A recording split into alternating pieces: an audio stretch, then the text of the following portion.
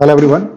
सो आज के लेक्चर में हम देखते हैं पीएसओपी एमसीक्यू पार्ट 7 जो कि लास्ट पार्ट होगा। ओके, तो चलिए बहुत ज़्यादा इधर उधर की बातें किए बिना हम काम की बातें करते हैं।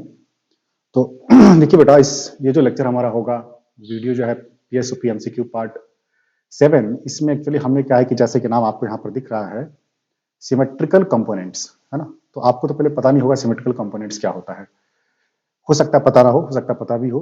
तो थोड़ी सी हम इस पर चर्चा करेंगे और मेनली, है ना, क्योंकि हमें ज़्यादा समय बर्बाद नहीं करना है, तो मेन जो हमारा फोकस रहेगा वो इस बात पर रहेगा कि हम सिमेट्रिकल कंपोनेंट्स जो है ना, हम कैसे निकालते हैं। तो पहले तो हम देखते हैं सिमेट्रिकल कंपोनेंट होता क्या है, थोड़ी सी हमें ये बातें समझ में आए, है ना। इसलिए हम थोड़ी सी क्या है कि बैकग्राउंड को लेते हुए चलेंगे ताकि आपको दिमाग में बिल्कुल बैठ जाए। तो देखिए यहाँ पर क्या है बेटा, सिमेट्रिकल कंपोनेंट्स की बात ही तब आती है जब क्या है कि सिस्टम हमारा क्या हो जाए, अनबैलेंस्ड हो जाए। नॉर्मली सिस्टम हमारा क्या होता है, जब हेल्दी ऑपरेशन में होता है तो बैलेंस्ड होता है। और बैलेंस सिस्टम का मतलब मैंने आपको पहले ही बता दिया, बैलेंस सिस्टम का मतलब ये होता है कि बैलेंस सप्लाई और बैलेंस लोड। बैलेंस सप्लाई क्या होता है आपको पता है, बैलेंस लोड क्या है आपको पता है। अगर बैलेंस सप्लाई है और बैलेंस लोड है, इसका मतलब जो पूरा अपना सिस्टम जो है ना, पावर सिस्टम है ना, consisting of supply and load, पूरा पावर सिस्टम कैसा हो गया आपका, बैलेंस्ड। अगर हमारा सिस्टम बैलेंस्ड है, जो कि हम अभी तक पढ़ते आए थे, ठीक है ना, फॉल्ट को छोड़ करके सभी जगह सिस्टम हम क्या मानते हैं, बैलेंस्ड ही है, ठीक है। तो फिर उस केस में क्या है कि ये सिमेट्रिकल कंपोनेंट की आवश्यकता नहीं आती है। आवश्यकता कब आती है, जब सिस्टम हमारा क्या हो जाए, अनबैलेंस्ड हो जाए। अब देखिए अनबैलेंस्ड होने का उदाहरण मैं आपको बताता हूं। जैसे फॉर एग्जांपल मान लीजिए कि हमारा कोई फेज है ना, वी ए, जो ए फेज का वोल्टेज है वो कितना हमारा 100 एंगल 0 डिग्री, और बी फेज का जो हमारा वोल्टेज है वो हो जाए हमारा भाई 100 एंगल आपका 100 डिग्री, ठीक है बेटा। और जो VC जो है ना, सी फेज का जो वोल्टेज है वो कितना हो जाए हमारा, मान के लिए 100 एंगल आपका 90 डिग्री, माइनस 90 डिग्री। देखिए ध्यान से यहाँ पर ये आपका जो तीनों फेज के हमारे जो वोल्टेज हैं VA VB VC, इस तीनों को अगर ध्यान से देखेंगे तो देखिए इनके RMS वैल्यूज तो सेम है, जो कि कंडीशन को बैलेंस्ड होने के लिए जरूरी होता है। RMS वैल्यू तो यहाँ भी सेम है। इस कॉन्टेक्स्ट में देखा जाए तो कंडीशन तो फुलफिल हो रहा है, बैलेंस सिस्टम बैलेंस्ड होने का। लेकिन दिक्कत कहां पर आ रही है कि इसका फेज एंगल कितना है, 0 डिग्री, तो बी का फेज एंगल कितना है, 100 डिग्री।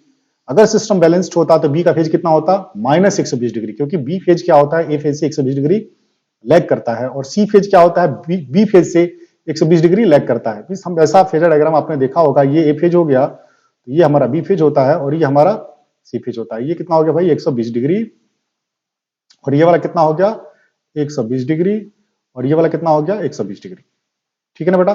तो हमारा यहाँ पर जो हमने यहाँ पर जो क्वांटिटीज हमने लिख रखा है ना, ये एग्जांपल है अनबैलेंस सिस्टम का। क्यों? क्योंकि यहाँ पर आपके वैल्यूज तो भाई मैच कर रहे हैं, लेकिन एंगल आपके जो है ना, जो बैलेंस होने के लिए जो कंडीशन होता है, शर्त होता है, उसके अकॉर्डिंग ये एंगल नहीं है। तो हमारा यहाँ सिस्टम क्या हो गया, अनबैलेंस हो गया। अब देखिए ऐसे ही दूसरे उदाहरण भी आपको हो सकता है कि नहीं एंगल मैच कर रहा हो सकता है कि नहीं वैल्यूज ही आपके डिफरेंट डिफरेंट हो। उस केस में सिस्टम हमारा क्या हो जाएगा बेटा, अनबैलेंस्ड हो जाएगा। या फिर ऐसा भी हो सकता है कि नहीं वैल्यूज भी आपकी इक्वल नहीं हो, और एंगल भी जो है ना, हमारा जो बैलेंस का शर्त होता है उसको फॉलो नहीं कर रहे हो, उसका पालन नहीं कर रहे हो। उस केस में सिस्टम हमारा क्या हो सकता है, अनबैलेंस्ड हो सकता है। अब देखिए क्या है कि जब सिस्टम अनबैलेंस्ड आती है, उसी केस में क्या है कि हमें ये सिमेट्रिकल कंपोनेंट की स्टडी करनी पड़ती है, ठीक है ना। अब देखिए सिमेट्रिकल कंपोनेंट क्या होता क्या है, जैसे ये तीनों ही हमारे तीन फेज के जो हमारे वोल्टेज हैं, ये क्या हमारे आपस में अनबैलेंस्ड है। ये तीनों फेज के वोल्टेज को मिलाकर के जब हम सिस्टम बना रहे हैं, तो हमारा सप्लाई सिस्टम क्या है, जो पावर सिस्टम की जो सप्लाई है वो क्या हमारा अनबैलेंस्ड है। तो अनबैलेंस सप्लाई में आपका यहां पर एक थ्योरम की हम चर्चा कर रहे हैं, ठीक है। इस थ्योरम से हम शुरुआत करते हैं। थ्योरम को हम बोलते हैं, इसमें हिंदी में भी इसका नाम लिख रखा है ताकि आपको इसके प्रोनाउंसिएशन में दिक्कत ना आए। फोर्टेस्क्यू, फोर्टेस्क्यू है ना, फोर्टेस्क्यू है ना, फोर्टेस्क्यू, आर थोड़ा साइलेंट कर देते हैं। Fortescue theorem, Fortescue theorem. इस थ्योरम के अकॉर्डिंग देखिए थ्योरम होता क्या है, three unbalanced phasors, three unbalanced phasors of three phase system. Means three phase system के जो थ्री अनबैलेंस्ड फेजर होंगे, जैसे यहां पर ए बी सी जो तीन फेज थे, उसके जो तीन हमारे वोल्टेज जो हमारे VA VB VC जो तीन अनबैलेंस्ड है, ठीक है ना। Three unbalanced phasors of three phase system can be resolved into three balance systems of phasors. Means कहने का मतलब क्या है कि हमारे तीन फेज के अनबैलेंस सिस्टम के तीन फेज के जो तीन फेजर होंगे, तीन फेज के तीन फेजर होंगे कि नहीं, VA VB VC या फिर IA IB IC, जो तीन फेजर होंगे, इन तीनों ही फेजर को हम माले में रिजॉल्व कर सकते हैं, मींस तोड़ सकते हैं। कैसे तोड़ सकते हैं, तीन बैलेंस सिस्टम में तोड़ सकते हैं, ठीक है। जैसे मैं आपको बोलूं भाई आप 5 रुपया को 1 रुपया 2 रुपया में तोड़ के मुझे बताइए, तो आप क्या बोलेंगे, सर एक तो ऐसा हो सकता है कि 2-2 रुपए के 2 सिक्के हो जाएंगे और 1 रुपए का 1 सिक्का हो जाएगा। तो आपने 5 रुपए को क्या तोड़ा, आप क्या किया आपने 2 रुपए और 1 रुपए के सिक्के में तोड़ दिया। फिर कोई व्यक्ति ये कह सकता है कि नहीं मैं करूंगा कि नहीं 1-1 रुपए के 5 सिक्के और 2 रुपए के 0 सिक्के, ऐसा भी हो सकता है। या फिर कोई व्यक्ति ऐसा भी कह सकता है कि भाई 1-1 रुपए के 3 सिक्के और 2 रुपए का 1 सिक्का, तो हमने 5 रुपए का तोड़ा। वैसे ही क्या है यहाँ पर, क्या है कि हम जो हमारे अनबैलेंस्ड केस में तीनों ही फेज के जो 3 फेजर थे, उन तीनों ही फेजर को हम क्या करते हैं 3 बैलेंस सेट में ब्रेक कर देते हैं। तो देखिए हम कैसे करते हैं, धीरे धीरे आपको समझ में आएगा। तो देखिए यहां पर क्या करते हैं, तीनों हमारे बैलेंस्ड, कहने मतलब क्या है कि जैसे हमारा VA है और ये VB है और ये VC है, हम क्या करेंगे VA के जो है ना 3 पार्ट में बांटेंगे। VA को 3 पार्ट में बांटेंगे। एक का नाम देंगे VA1, दूसरे का नाम देंगे VA2 और तीसरे का नाम देंगे VA0। ऐसे VB जो है ना उसको भी हम 3 पार्ट में बांटेंगे। ठीक है बेटा, एक का नाम देंगे VB1, ध्यान से देखिए। दूसरे का नाम क्या देंगे VB2 और इसका नाम क्या देंगे VB0। समझ पा रहे कि नहीं, देखिए हम 1 2 0 ऐसा लिख रहे हैं। VC का क्या हो जाएगा यहाँ पर, VC का 3 कंपोनेंट क्या क्या होंगे VC1, है ना। नेक्स्ट क्या होगा बताइए मुझे, VC2। देखिए पहले 1 2 0 1 2 0 1 2 0 और लास्ट यहाँ पर कंपोनेंट क्या होगा VC0। ठीक है ना, समझ में आ रहा है कि नहीं। हमने क्या किया, VA को 3 पार्ट में बांटा। क्यों, क्योंकि हमारे VA VB VC क्या हमारे अनबैलेंस्ड है। तो हम हमारा जो फोर्टेस्क्यू थ्योरम उसके अकॉर्डिंग क्या करते हैं हम अनबैलेंस सिस्टम के 3 फेज के जो 3 फेजर होते हैं उनको हम 3 बैलेंस सेट में बांट देते हैं। बैलेंस सेट क्या होता है, इसको समझने के पहले हम कैसे ब्रेक कर रहे हैं हम इसको देखना है। हमने जो VA हमारा फेज था, VA VB VC अनबैलेंस्ड थे, तो हमने हर एक फेज के जो क्वांटिटी है, हर एक फेज के जो क्वांटिटी है, जैसे ए फेज का एक वोल्टेज है, ये बी फेज का वोल्टेज है, सी फेज का वोल्टेज है, तो ए फेज के वोल्टेज को हमने 3 पार्ट में बांटा, क्या है VA1 VA2 और VA0। वैसे ही बी फेज के वोल्टेज को भी 3 पार्ट में बांटा, VB1 VB2 और VB0। वैसे हमने सी फेज के वोल्टेज को भी 3 पार्ट में बांटा, है ना, कौन VC1 VC2 और VC0। अब ध्यान से देखिए यहां पर जो आपके 1 1 जहां पर लिखे हैं ना बेटा, देखिए यहां सब पे 1 1 लिखे हैं, VA1 VB1 VC1, ये मालूम आपका एक बैलेंस सेट है। ये क्या एक बैलेंस सेट है, एक बैलेंस्ड सेट है। ठीक है ना। अच्छा, ऐसे ही क्या आपका ये जो है ना आपस में, ये क्या आपके एक बैलेंस सेट है ना, ये क्या आपका बैलेंस सेट है, बैलेंस्ड सेट। और ऐसे ही आपके जो ये क्या है बैलेंस सेट है। ठीक है ना, समझ में आ रहा है कि नहीं। तो यहां पर ये बात अपने दिमाग में लगा बैठा लेने की आवश्यकता है कि हम तो पहले क्या कर रहे हैं कि हर एक फेजर को 3 पार्ट में बांट रहे हैं और तीनों ही फेजर के जो पहले पहले कंपोनेंट है ना उनको मिलाकर के एक बैलेंस सेट बना रहे हैं। दूसरे दूसरे तीनों ही फेज के जो दूसरे पार्ट है उसको मिलाकर के एक दूसरा बैलेंस शीट बना रहे हैं और जो तीसरा पार्ट है उसको हम तीसरा बैलेंस शीट बना रहे हैं। तो देखिए ये जो बैलेंस शीट हमने बनाया 3, हम इसको सेट क्यों बोल रहे हैं कि इसमें बहुत सारे कंपोनेंट है। तो देखिए हमारा, जैसे मैं बोलूं VA के बारे में, तो VA1 VA2 और VA0 ये क्या है आपके A के कंपोनेंट है ना, पार्ट है।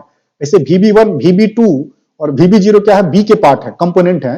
VC1 VC2 और VC0 C के कंपोनेंट है। ये तो कंपोनेंट हो गए। अब यहां पर क्या है कि देखिए हमारा जो VA1 VB1 VC1 में हमने क्या है 3 कंपोनेंट को जोड़ दिया, यहां पर एक सेट हो गया, तो इसको हम क्या बोलते हैं कंपोनेंट सेट, है ना। क्या बोलते हैं इसको, बैलेंस्ड सेट ऑफ कंपोनेंट्स, है ना, बैलेंस्ड है। ये कंपोनेंट्स का जो सेट है, समुच्चय है, ये क्या बैलेंस्ड है। वैसे ही आपका VA2 VB2 और VC2 जो कंपोनेंट्स है, इनका जो समुच्चय है, इनका जो सेट है ना, ये भी क्या बैलेंस्ड है। वैसे ही VA0 VB0 VC0 जो हमारे आपके जो कंपोनेंट्स हैं उनका जो सेट है, उनका जो समुच्चय है, ठीक है ना, वो भी क्या आपका बैलेंस है। ठीक है ना। अब देखिए यहां पर जो आपका जिसमें हमने 1 1 लिख रखा है ना, इसको मालूम है क्या बोलते हैं, पॉजिटिव सीक्वेंस। इसको क्या बोलते हैं, पॉजिटिव सीक्वेंस कंपोनेंट्स। आपका जैसे VA1 क्या है, VA1 क्या है, VA का पॉजिटिव सीक्वेंस कंपोनेंट है। VB1 क्या है, बी फेज का जो वोल्टेज है ना उसका पॉजिटिव सीक्वेंस कंपोनेंट है। VC1 क्या है, यहां पर 1 लगा है ना, पॉजिटिव किसको बोल रहे हैं, जहां पर 1 लगा है ना उसको हम पॉजिटिव बोल रहे हैं, है ना, पॉजिटिव सीक्वेंस। जहां पर 2 लगा है उसको हम क्या बोलेंगे, नेगेटिव सीक्वेंस। और जहां पर 0 लगा है उसको हम क्या बोलेंगे, जीरो सीक्वेंस, है ना। उसी की चर्चा हमने देखिए यहां पर की है। ध्यान से देखिए यहां पर क्या किया, 3 बैलेंस सेट, जो तीनों को तोड़ने पे लेके तीनों वोल्टेज को हमने 3 पार्ट में बांटा। पहले पहले पार्ट को लेकर के हमने सेट बनाया, उसको हम क्या बोल रहे हैं, पॉजिटिव सीक्वेंस।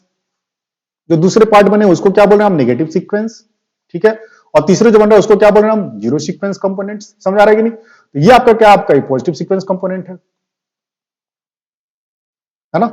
और ये आपका क्या है, ये नेगेटिव सीक्वेंस कंपोनेंट है। समझ आ रहा है कि नहीं। और ये क्या आपका जीरो सीक्वेंस।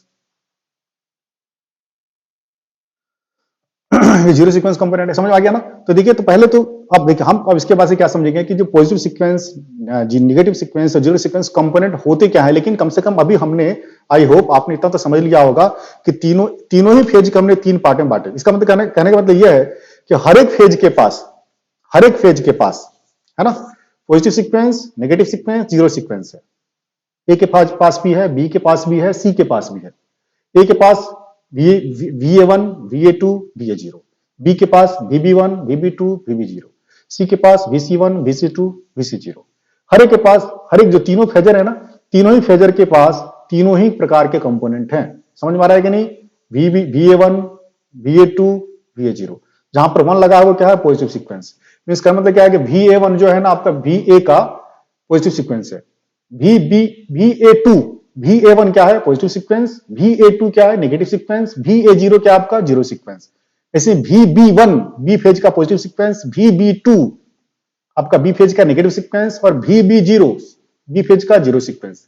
VC1 सी फेज का पॉजिटिव सीक्वेंस, VC2 सी फेज का नेगेटिव सीक्वेंस और VC0 सी फेज का जीरो सीक्वेंस। मींस तीनों ही फेज के पास तीनों ही प्रकार के पॉजिटिव सीक्वेंस, नेगेटिव सीक्वेंस और जीरो सीक्वेंस प्रकार के आपके कंपोनेंट्स हैं।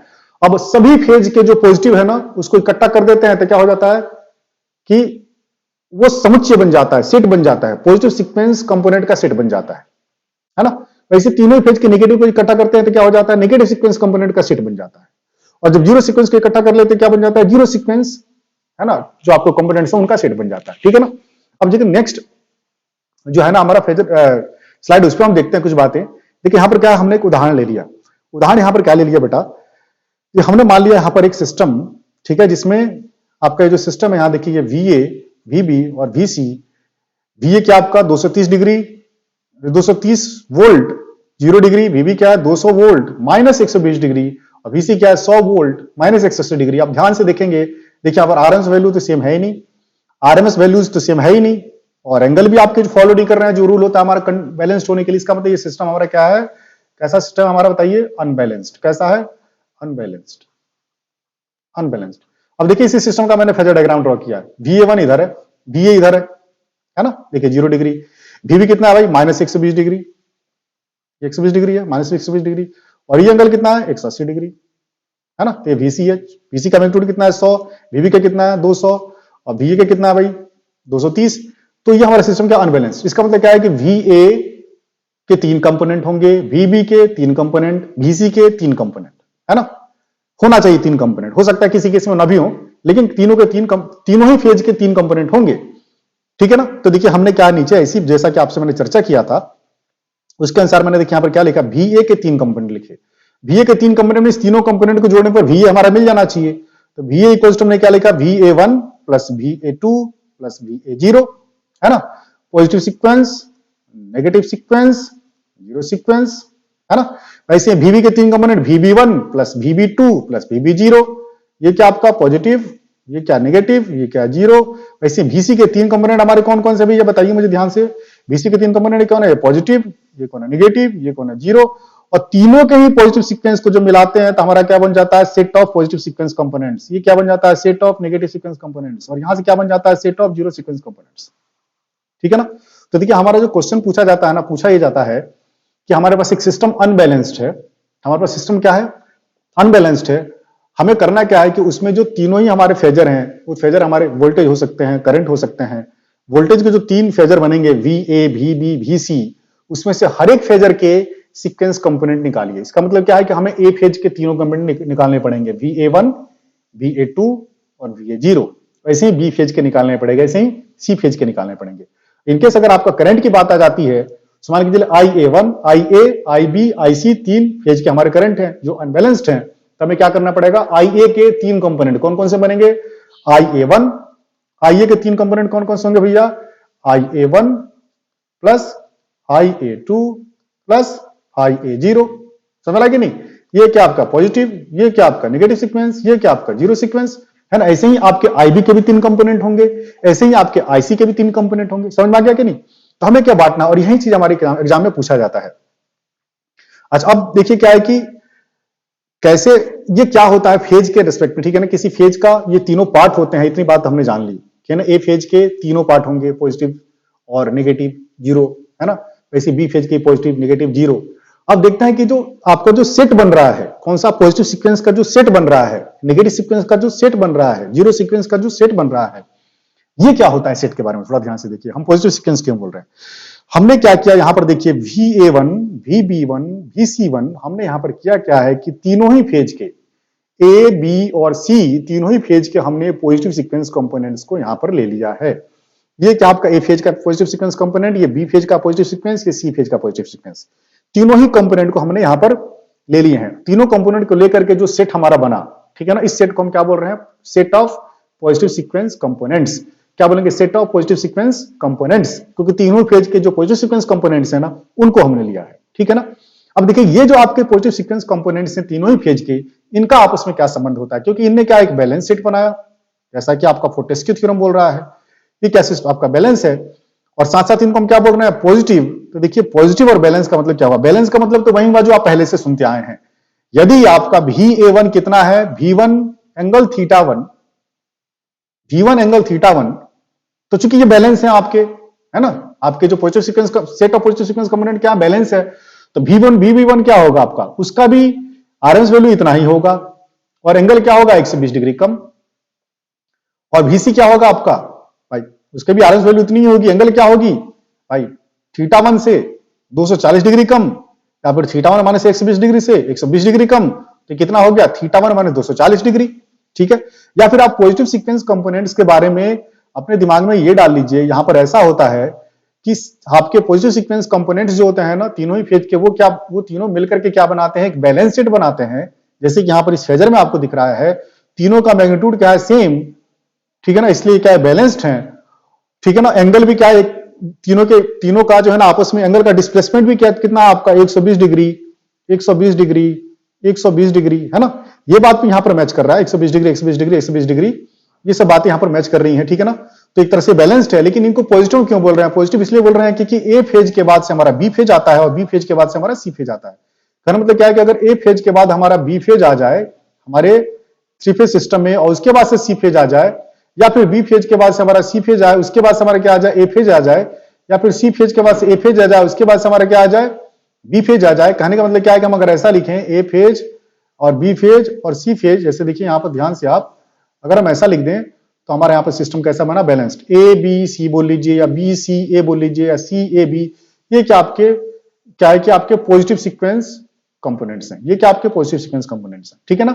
तो हमने यहां पर क्या किया, तीनों ही फेज के VA VB VC के जो पॉजिटिव सीक्वेंस कंपोनेंट्स हैं ना, उनका सेट बनाया। ये सेट क्या है, आपस में बैलेंस, और चूंकि इनमें सीक्वेंस क्या है कि ए के बाद बी आता है, बी के बाद सी आता है, इसको हम क्या बोल रहे हैं, पॉजिटिव।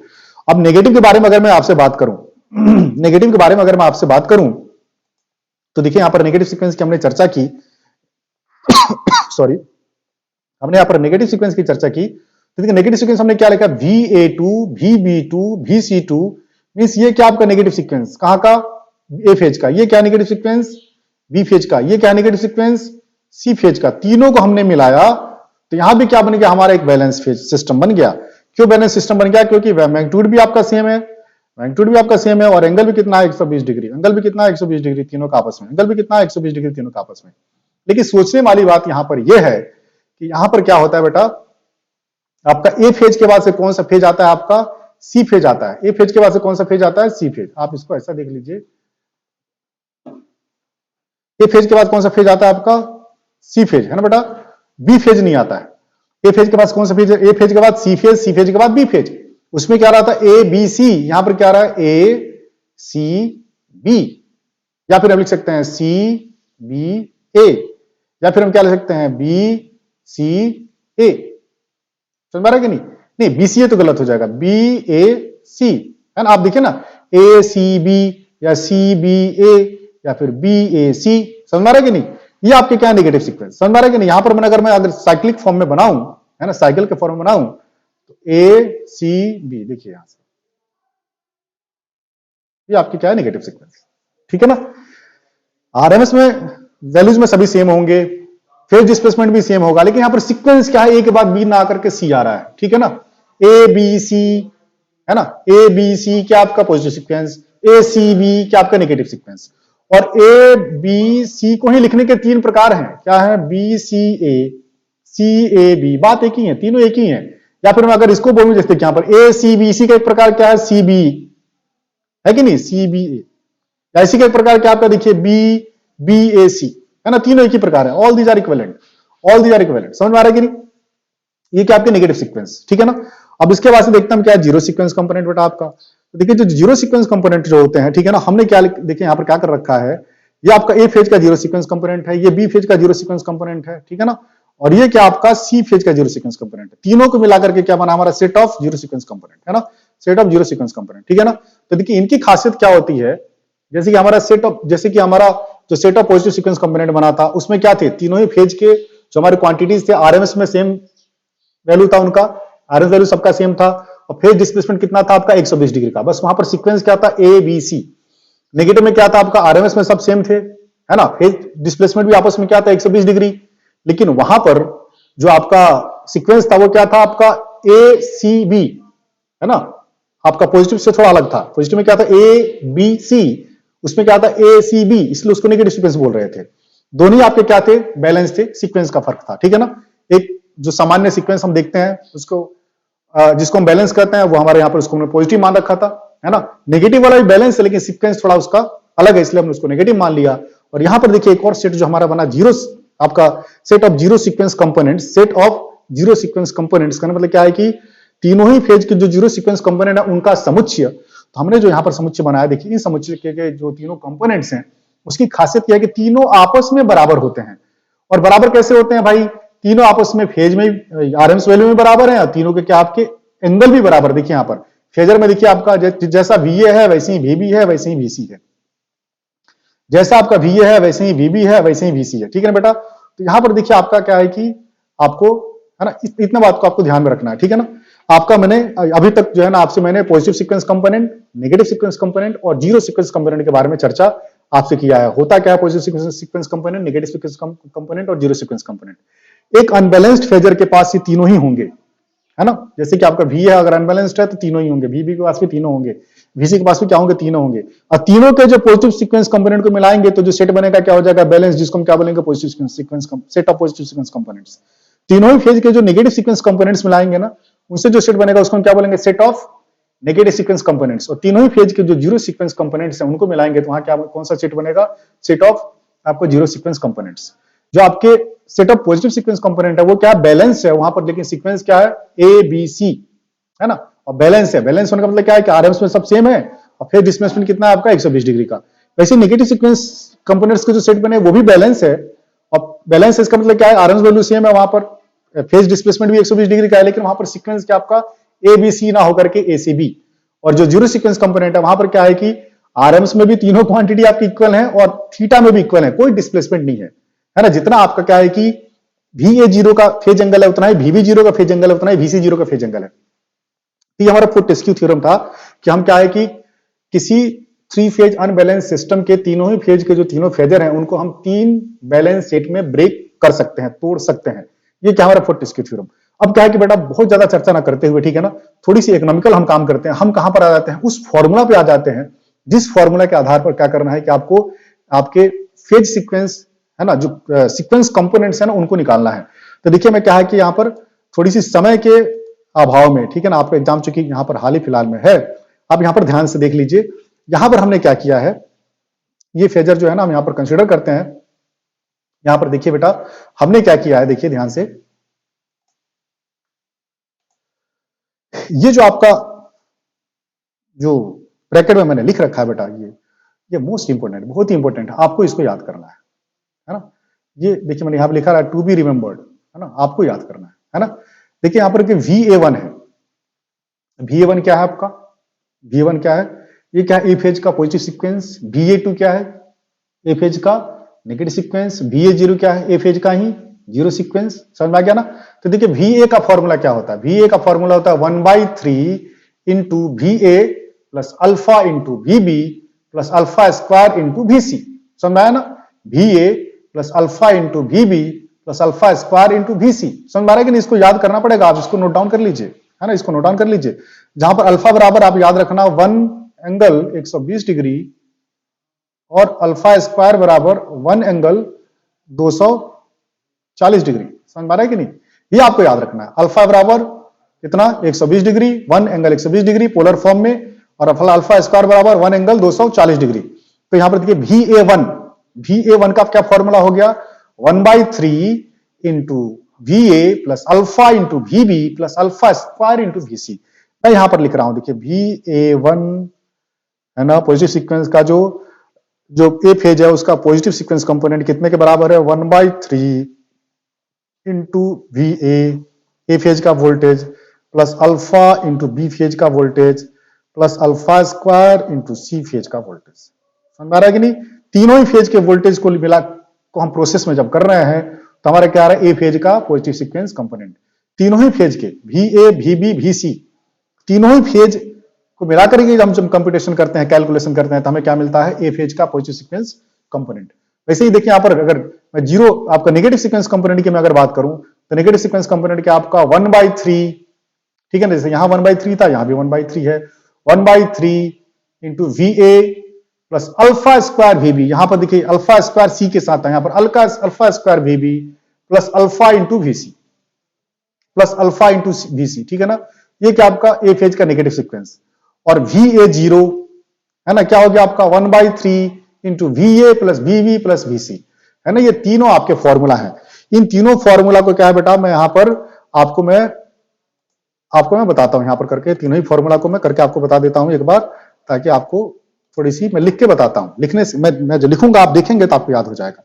देखिए मैंने क्या लिखा देखिए मैंने यहां पर क्या लिखा बेटा,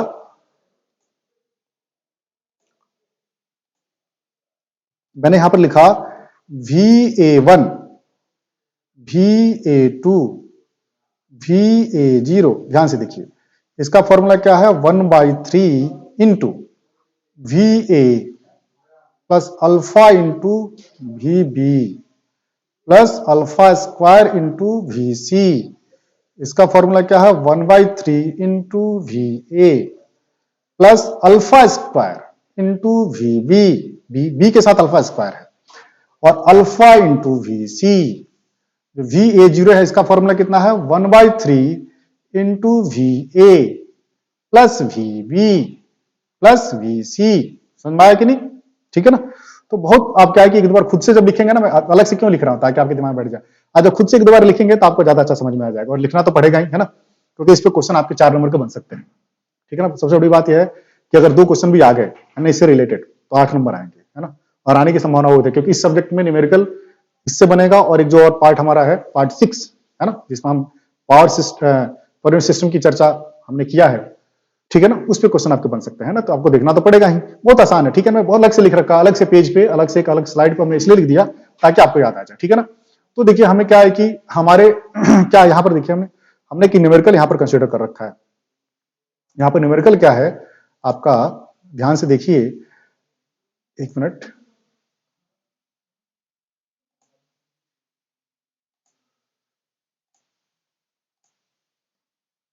देखिए यहां से हमारा न्यूमेरिकल शुरू होता है। हमने क्या यहाँ पर बेटा देखिए, हमने फेजर मान लिया, एक तो कितना मान लिया, वी हमारा कितना 230 डिग्री, वीबी कितना हमारा 200, बीए कितना हमारा 230 0 डिग्री, वीबी कितना है 200 -120 डिग्री, वीसी कितना है 100 -180 डिग्री। अब देखिए तीनों हमारे वीए वीबी वीसी पता है, अल्फा का वैल्यू पता है, alpha equals to 1 angle 120 degree, alpha square equals to 1 angle 240 degree, हमें सब पता है। अब इतने बातें पता है तो हमें क्या VA नहीं निकल जाएगा क्या? आराम से निकल जाएगा। VA1 निकल जाएगा 1/3 इंटू VA का वैल्यू रख देंगे यहां से, अल्फा का वैल्यू यहां से रख देंगे, VB का वैल्यू यहां से रख देंगे, अल्फा स्क्वायर का वैल्यू यहां से रख देंगे, VC का वैल्यू यहां रख देंगे, और तीनों का एक कॉम्प्लेक्स कैलकुलेशन तो करने किसको नहीं आता यार, सबको आता है।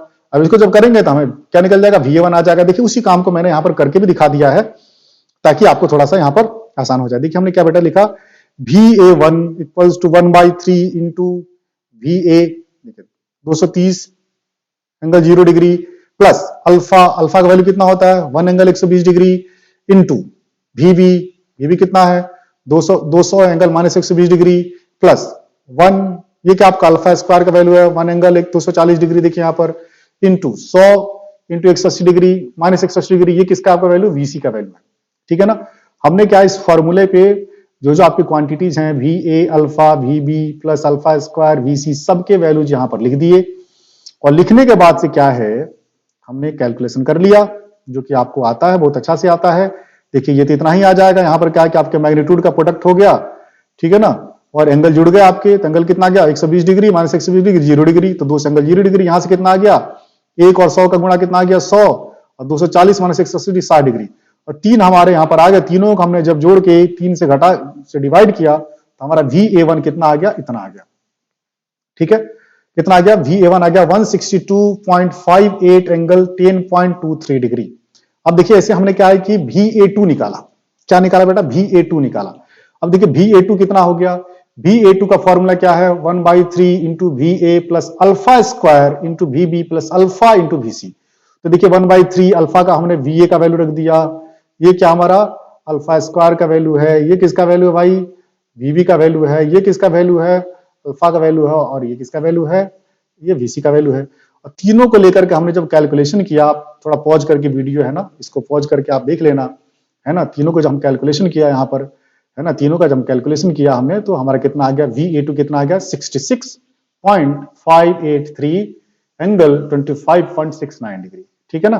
वैसे VA0 का हमारा क्या हो गया बेटा, देखिए VA0 जो हमारा है यहाँ पर, इसका फॉर्मूला बहुत सबसे सरल इसी का तो फॉर्मूला होता है 1/3 into VA plus VB plus VC, है ना। VA plus VB plus VC, यहां से देखिए VA plus VB plus VC। तो हमने VA की वैल्यू रख दी यहां से, वो तो पता है ना, हमें VB का वैल्यू पता है, ये VC का वैल्यू पता है। तीनों को रख करके हमने प्रोसीड किया, कॉम्प्लेक्स कैलकुलेशन किया। करने के बाद 3 से डिवाइड कर दिया, क्या आ गया हमारा, देखिए यहां पर क्या आ गया बेटा हमारा, ध्यान से देखिए। तो हमारे यहां पर आ गया कितना VA0 का वैल्यू कितना आ गया, VA0 का वैल्यू कितना आ गया 100.85 एंगल माइनस 64.56 डिग्री। ठीक है ना। तो देखिए हमने यहां पर क्या कैलकुलेट कर लिया, VA1 VA2 VA0 क्या क्या हमारे दिए गए थे भैया, हमारे क्या क्या प्रोवाइडेड थे, हमारे प्रोवाइडेड थे अल्फा स्क्वायर का वैल्यू तो हमें पता है ही, और हमने VA का इस्तेमाल किया, हमने VB का इस्तेमाल किया, हमने VC का इस्तेमाल किया।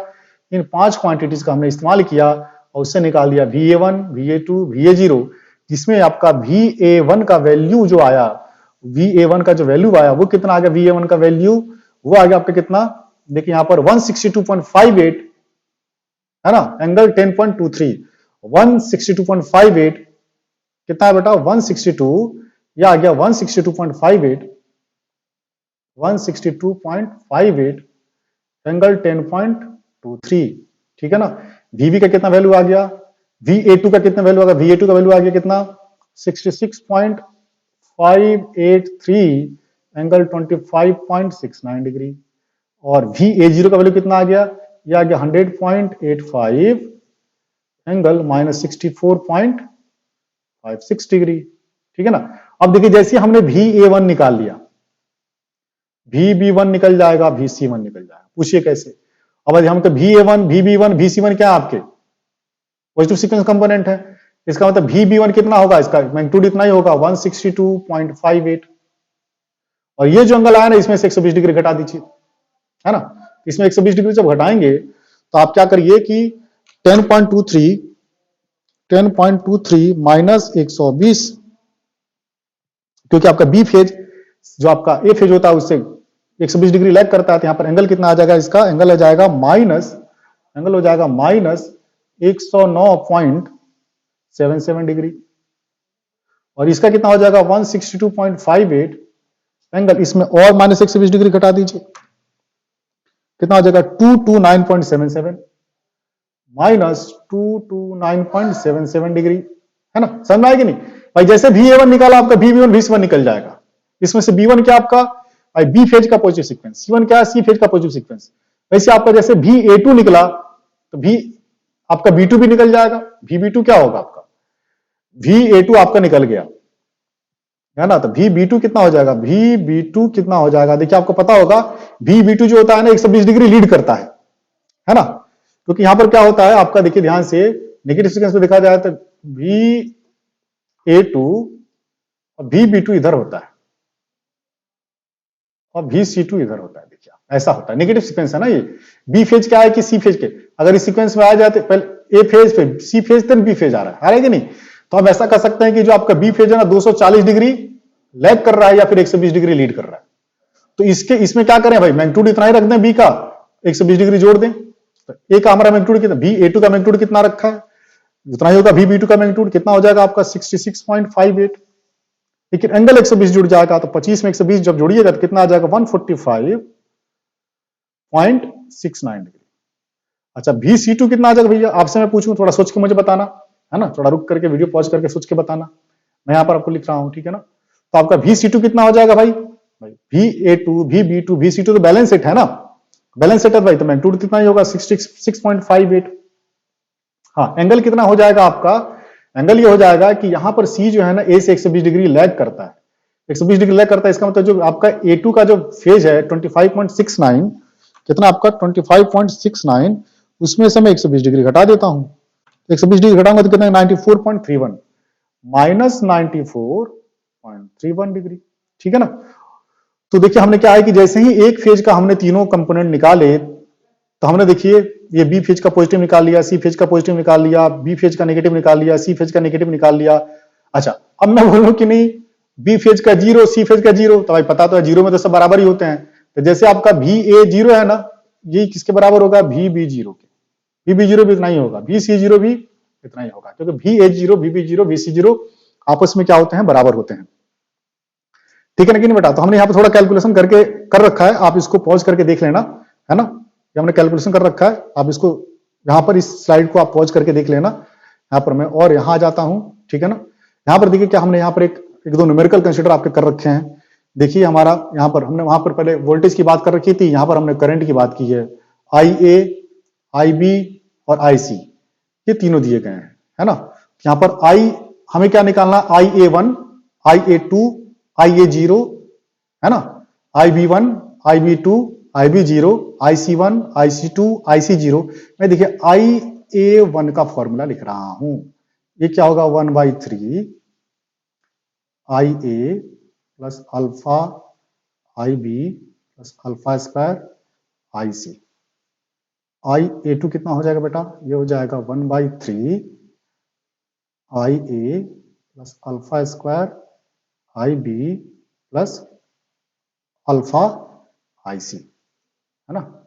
और आई ए जीरो कितना होगा 1/3 I A plus I B plus I C, जहां पर आई ए आई बी आई सी का वैल्यू तो यहां दिया गया है, और अल्फा बराबर कितना होता है 120 डिग्री, अल्फा स्क्वायर कितना होता है 1 एंगल 240 डिग्री।